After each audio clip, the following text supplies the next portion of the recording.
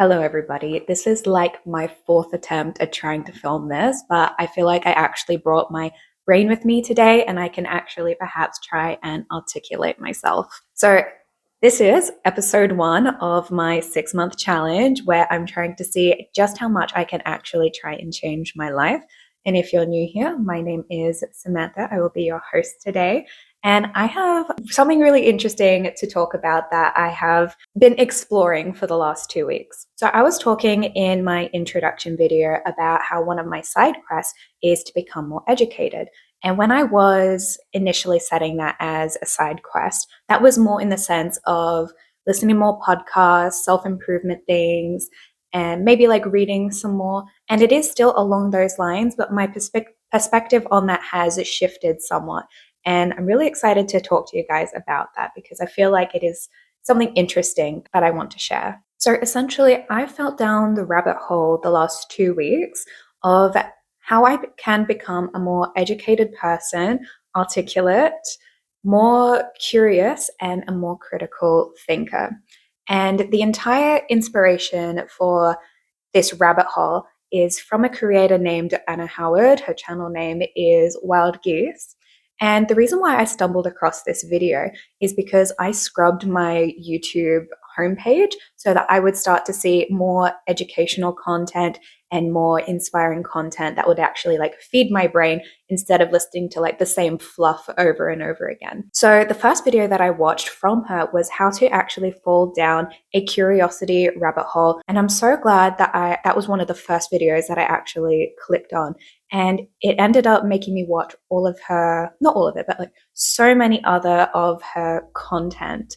And I found what she had to say so refreshing and different from the kind of stuff that I've been hearing all over YouTube, because I've been finding that my brain is getting really bored with what I am seeing on YouTube because it is like the same sort of stuff over and over again. And I am starting to get like that short form content fatigue. So like from TikTok, I'm starting to get bored of that. So listening to her perspective on various things was very, very interesting and inspiring. Like, wow, I really want to hear more of what she has to say. I want to find more people like her that kind of just spark this imagination and curiosity. And some of the other topics that she talked about was the intersection between our humanity and making ourselves brandable, how to create a digital garden, the difference between self-love and self-respect, and how we can start ritualizing our lives and turn it into a piece of art. And these were all ideas that I was just like, wow, I really like this what she has to say, and I want to find more like it. And because I was struggling to find more creators on YouTube like her, it actually made me download Substack. And I wish I had done that sooner because I had finally been connected to a network of people who are talking about their passions and their experiences. There's poetry, there are doctors and scientists, and just so much inspiring content. And it feels really community focused. And because I'm looking at all of this new content from Anna and from these creators on Substack, I found it really inspiring. Like when you see a piece of art that really resonates with you and you want to find more like it, eventually you start to feel like, I want to create that. Like when you see like crochet videos enough time, you want to start crocheting. So for me, because I was finding all of this content so inspiring, it's just like, I want to be like that. So essentially the question that formed in my head was, how can I become more educated and articulate, a more critical thinker and curious? So getting back to the original video that I watched, how to find your curiosity and fall down a rabbit hole, she was talking about how her method for finding your curiosity is to have a general interest about something. And sometimes that comes in the form of a question that she wants answered or something that has stuck in her brain that she wants to dive deeper into. And it's really interesting that that is exactly how it formed in my head. I had a general curiosity, so I clicked on her video. And from that, I had questions in my brain that I wanted answered. How can I become more educated and how can I create more content like that and live a more creative life. So in this video, she was also talking about how we can start living a more project-based life.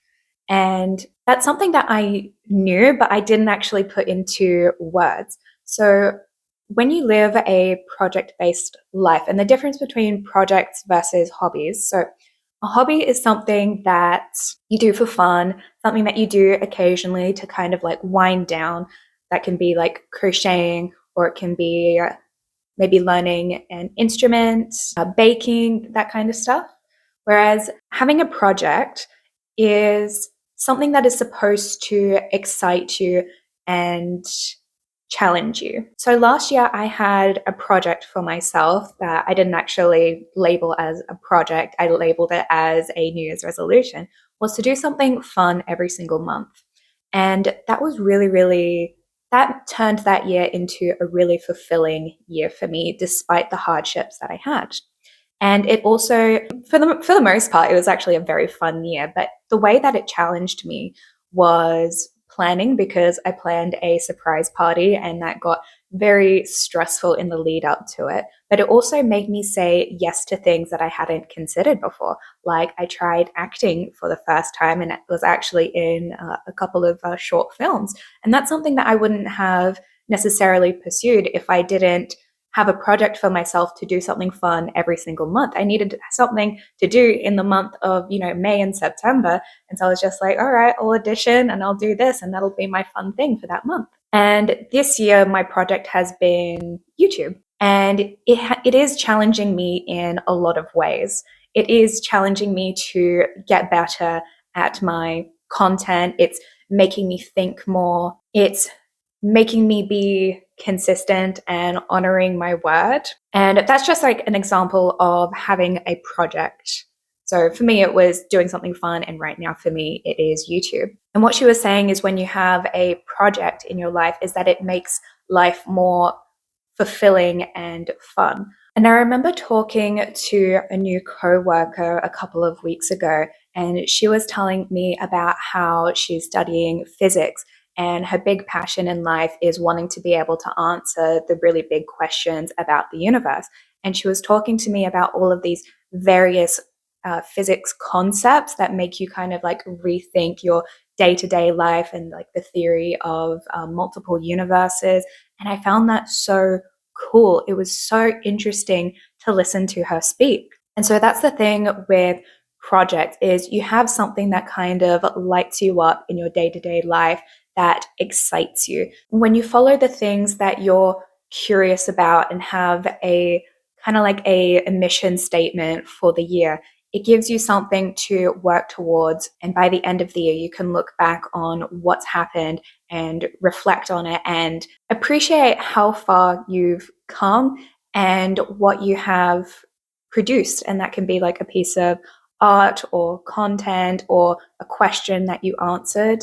And for me, it just it's making life really interesting. It's breaking up my day-to-day life, and it's making things challenging in a fun way. Because when something is too easy, it loses that appeal.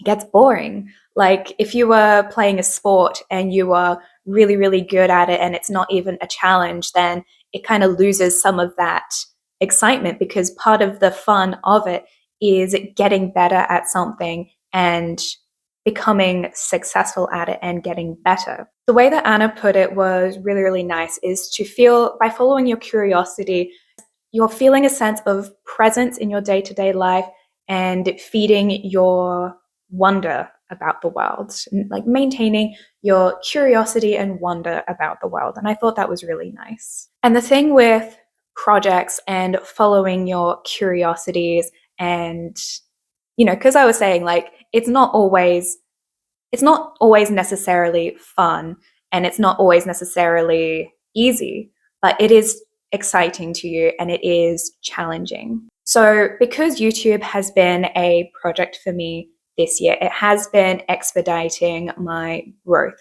It has overall been fun and it has been exciting, but there have been so many times where it has been really, really challenging and difficult. This is like my fourth attempt trying to film this video. And sometimes it is really hard to articulate myself on camera, kind of like in one go, if I'm not feeling like super creative and inspired that day to be able to speak what is on my mind, because sometimes my brain is empty and nothing is coming out.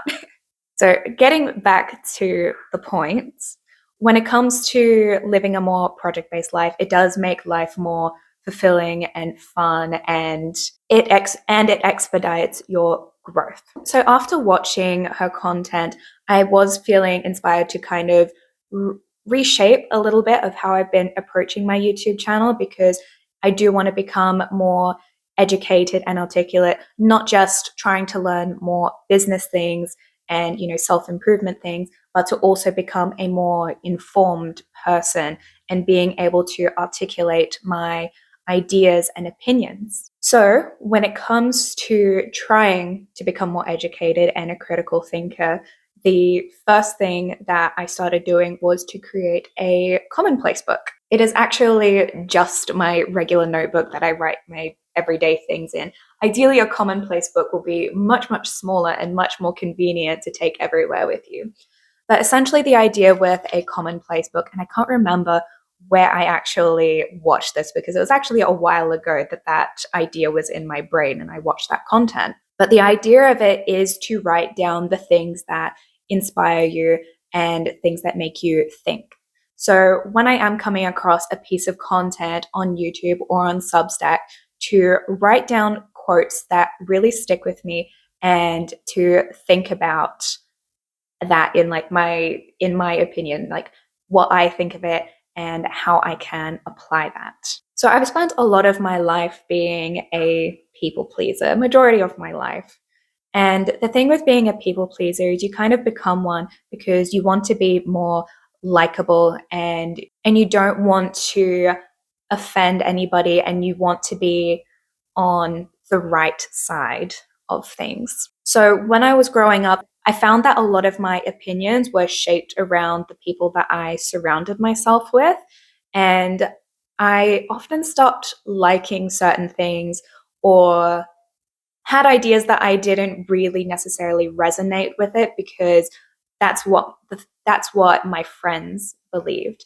And to have other people's opinions way more than yours, it takes a lot of unlearning, and it's not particularly good for you. So when it comes to writing in your commonplace book, you start to get out of that habit of having your opinions be shaped by others. So don't get me wrong, I still have my own values, but I find that even still in my adulthood, when I'm coming across a TikTok video that I resonate with and they're able to put it into words, just like, oh, they were able to explain what's in my head. Thank you for that. And then I scroll and I don't actually necessarily retain that information so that I can then relay it back as my opinion.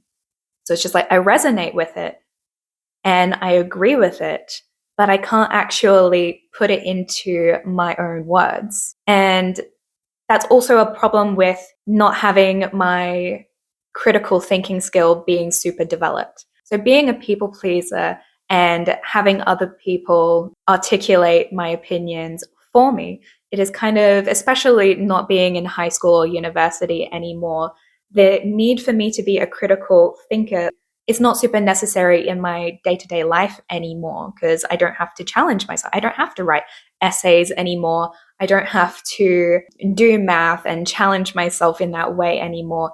And it's become something that's quite underdeveloped. And the reason that it's important to become a more critical thinker is that it protects you against being scammed, misinformation, and propaganda. Because if you're always taking things at face value, then you do put yourself more at risk if you're not asking those deeper questions of why. A lot of the times I've just been able to rely on a gut feeling. If I see something that doesn't quite resonate, it's just like, there's something fishy about what that person is saying, and I can't quite put my finger on it.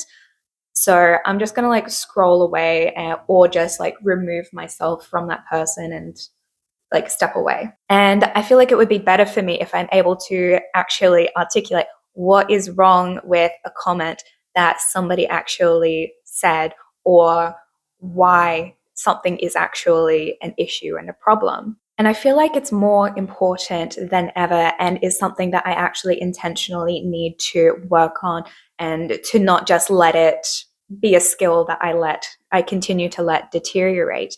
Because in this current global climate, it's more important than ever to be a critical thinker and to ask questions and to be as informed as you can to protect yourself. And the thing with trying to challenge myself to become a more critical thinker, more informed, and more articulate is that it's not going to happen overnight. This is a muscle that needs to be worked and developed. So, something that I've still been struggling with is my screen time and my dopamine throughout the morning. Because what I've been finding is I'm like a little rat looking for like the next cube of cheese. It's just like, cool, thank you for the first piece of cheese. I would like another piece of cheese. Like, I want more, I want more. So in the morning, when I scroll on YouTube, nothing is really hitting like it used to. And I feel like that's a common complaint that people have had about the YouTube algorithm. And so when I can't find anything on YouTube, I go to TikTok.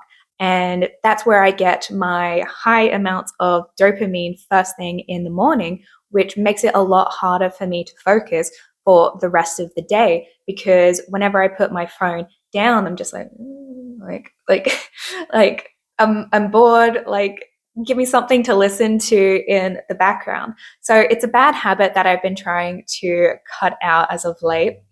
But when I was watching a video from Dr. K, his channel name is Healthy Gamer, he was talking about why we're so addicted to our phones, and to think of our dopamine as a lemon that you need to squeeze slowly throughout the day to get you like through the day. Because when you squeeze out that lemon like first thing in the morning by watching TikToks, you're getting like high amounts of like dopamine first thing in the morning. And then throughout the rest of the day, there's nothing left of the lemon to squeeze out. And so you kind of just stay on TikTok trying to get like more dopamine out of it. So it is a habit that I've been trying to break.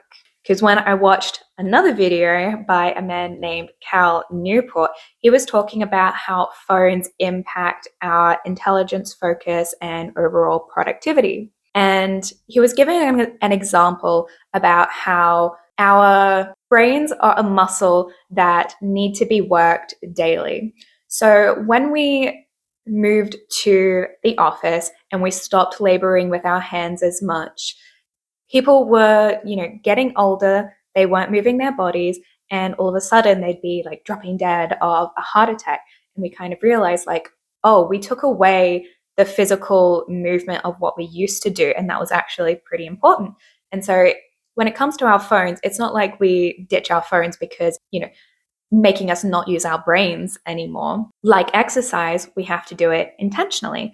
And so with our brains, using it intentionally. So a couple of things that he suggested is to start reading more, to not screen stack, which is something that I've been guilty of. So that is watching a movie and being on your phone, or it's watching a TV show and playing a video game, like stimuli stacking essentially.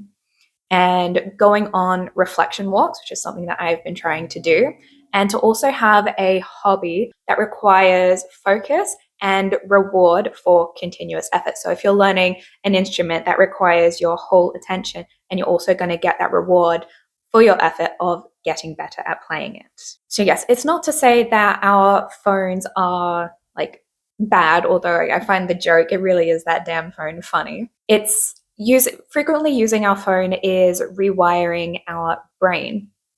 And so we kind of need to reduce our screen time, which is something that our parents have been saying for like ages and ages and ages, even though they're just as guilty of it. But because I've been going down this rabbit hole of trying to become more educated, and because I'm also somebody that was using artificial intelligence in my work and my day-to-day life a fair amount, I've been curious about what actually is AI and how that is actually impacting us. So I haven't actually gone fully down the rabbit hole just yet, but when it comes to being a frequent user of artificial intelligence is there was a recent study released where frequent users of AI were showing signs of lower levels of neuroconnectivity. And along the lines of trying to become a more curious person, engage my critical thinking, and to think of like my overall brain health, I've been curious about what actually is artificial intelligence and how can we use it safely in our day-to-day lives, and also where the line is between it helping our productivity and versus being a hindrance on our cognition, brain health. See, this is like an example of why I need to be a more critical thinker, so be smart. So there was a recent article released about how frequent users of AI were showing signs of lower levels of neuroconnectivity.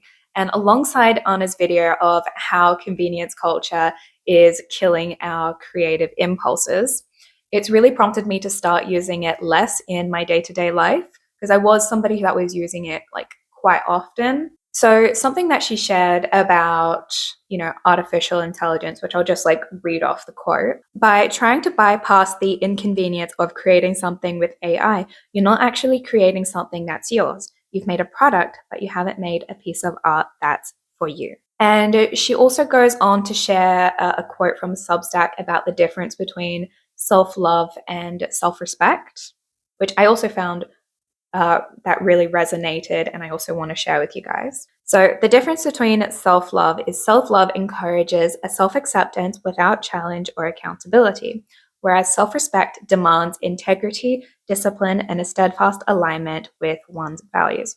And continuing on with, a quote. If your worldview is one of higher purpose and acknowledges the reality that struggle is a condition of life, feeling good is peripheral.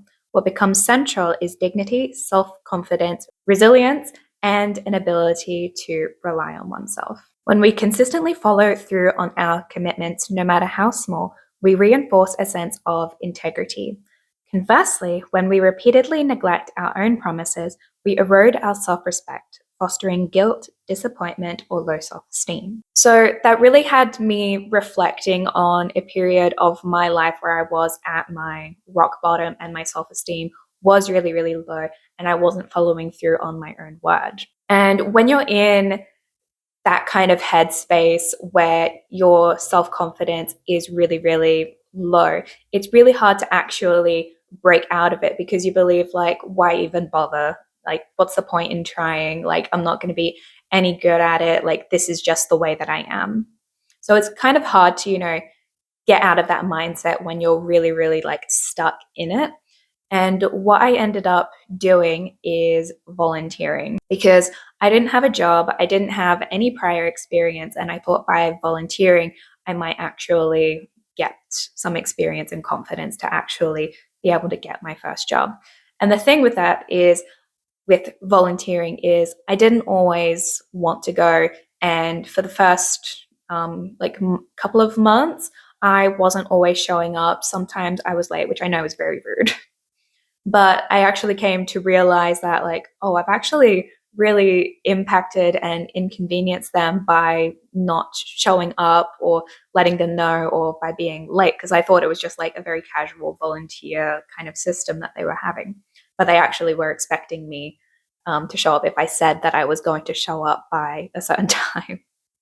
And because it was just one thing that I was actually following through on in that period of my life, it did end up building my confidence, because I was doing something that was challenging, and I was actually sticking to something for, the first time in that period when my confidence in my abilities was so low.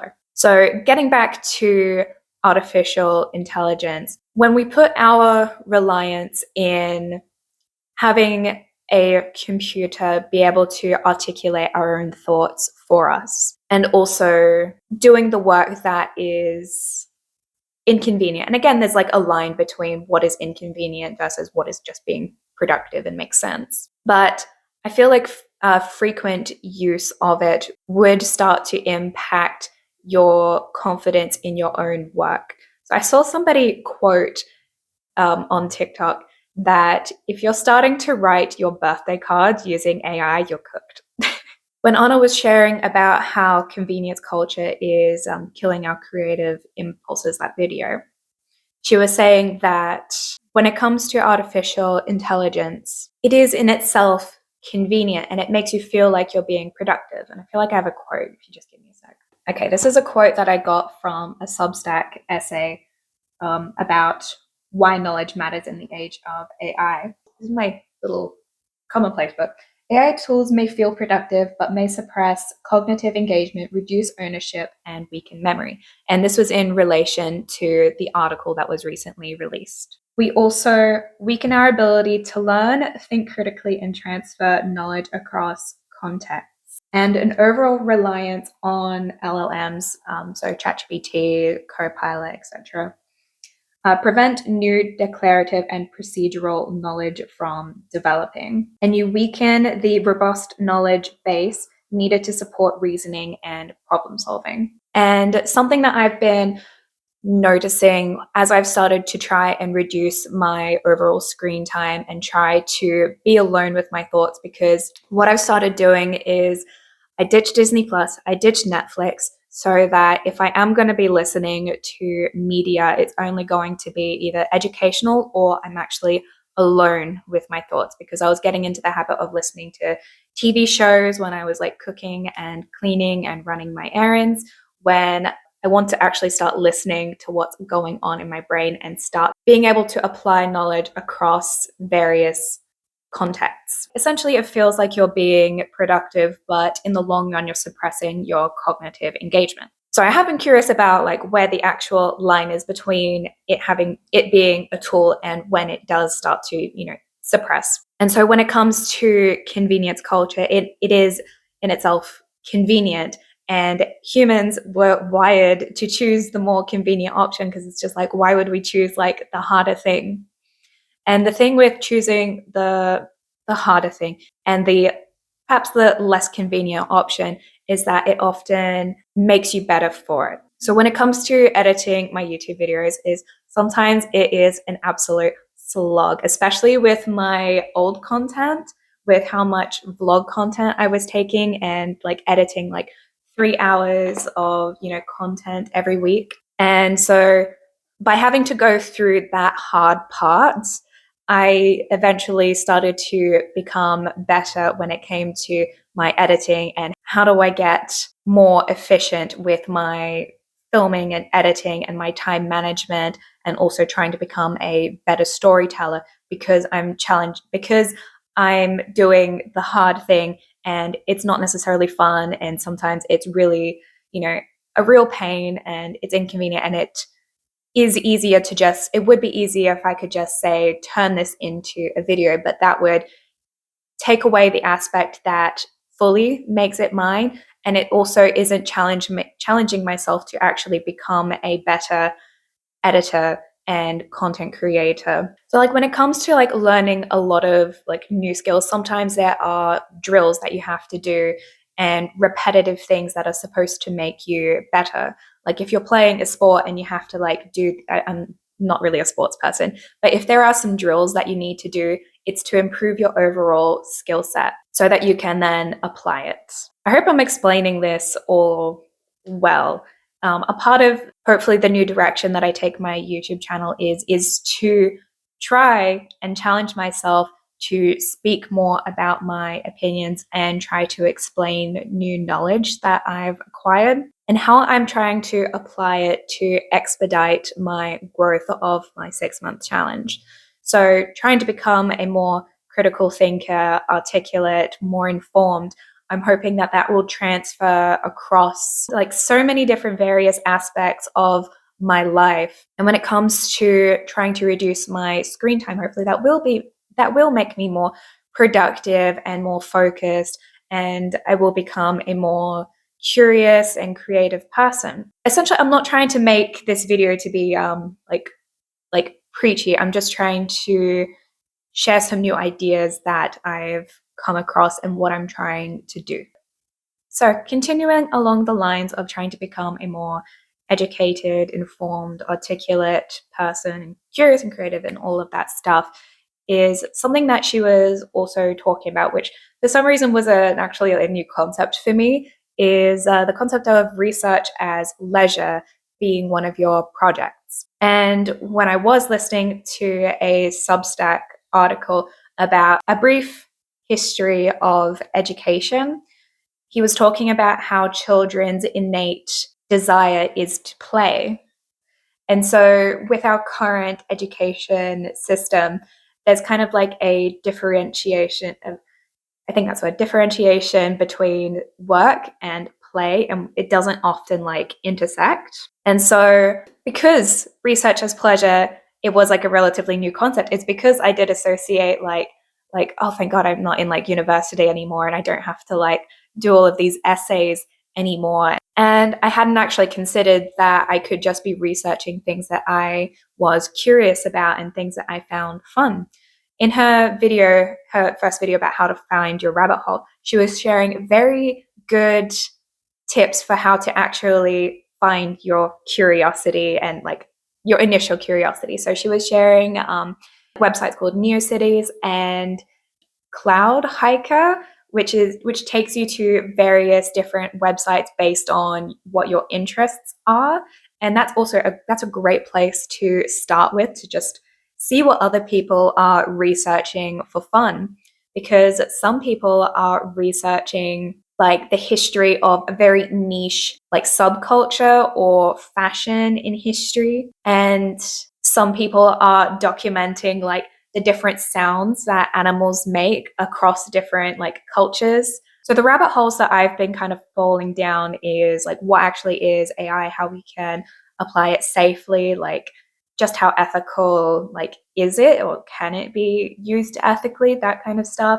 And the other thing is, when did being smart stop being cool, and all of these sorts of things. And I'm just like, I am interested in that and I would like to actually do more research about it. And one of the other things that I would like to start challenging myself to do is, when it came to that Cal Newport video about how phones are impacting our focus, intelligence, and productivity, and he suggested reading to combat this, is I was talking to my friend about the kind of books that I like to read, and she noticed that I probably would like to read more dystopian books, and she suggested that I maybe try out 1984 and Animal Farm.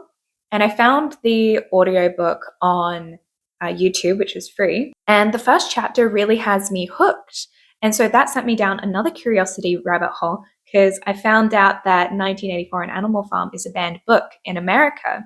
So I went down the rabbit hole of what are some other banned books in America and what are like some other classics, because it's just like, this is what classics are all about. Like, this is very interesting to me. So I've made a whole list of various classics and banned books that I would, potentially like to read. And I thought that because I've been so taken with like the first chapter so far, and because a lot of these banned books and classics are sharing like interesting concepts, that I could potentially try and challenge myself to do like a little mini book report and try to actually take notes and what actually different things mean and the history behind it. It's not something that I'm going to have a lot of time for. Unfortunately, I've only read the first couple of chapters, and I've been struggling to find time for it in the day. But it is something that I would like to do, those things that are challenging my brain, and to improve that muscle so that I can expedite my growth. So there's been a lot of concepts that I've shared that I'm trying to kind of like put together in a nice little bow at the end of this video. So essentially, trying to become a more curious person makes life more fun. Following your curiosities gives you something to be engaged with every single day, and it also challenges you and further expedites your growth. And when it comes to using our phone, how that is affecting our attention span and focus and productivity, and how I'm trying to reduce that so that I have more time to try and focus on my goals, and how I've tried to reduce my AI consumption so that I can improve my critical thinking skills and my cognitive development, that doing things that aren't necessarily convenient is overall improving my skill set, and by constantly trying to like offload everything, it's kind of hindering my skill development. And I think that's everything. But essentially this is kind of like an open discussion, because I feel like I may not have properly articulated everything that I wanted to say. There's some gaps in my knowledge still, and I am trying to overall improve that, and I want to share what I've learned so far, and hopefully that will improve as time goes on and I can further explain what I mean and try to consistently try and engage in that muscle. Because if this video was a bit of a struggle to get through, hopefully by challenging myself to do more like research and to follow my curiosities and to try and explain new knowledge, like I will start to eventually improve my storytelling skills. And what that article was talking about being able to transfer knowledge across various texts and contexts. So I hope this video made sense. I hope maybe this video was interesting. I would highly recommend watching Anna's content. She's very lovely and I very much like her content. And I look forward to seeing what other things she makes. And I'd also like to thank her, if she's watching this, for sparking my curiosity and putting me down this rabbit hole. So I hope you found this video to be helpful. This was, episode 1 of my 6-month challenge. And in the next episode, I'm going to be trying to see how reducing my TikTok and YouTube and background noise, how that's impacted my day-to-day life. So stay tuned for that. And I will talk to you guys all in the next video. Bye-bye.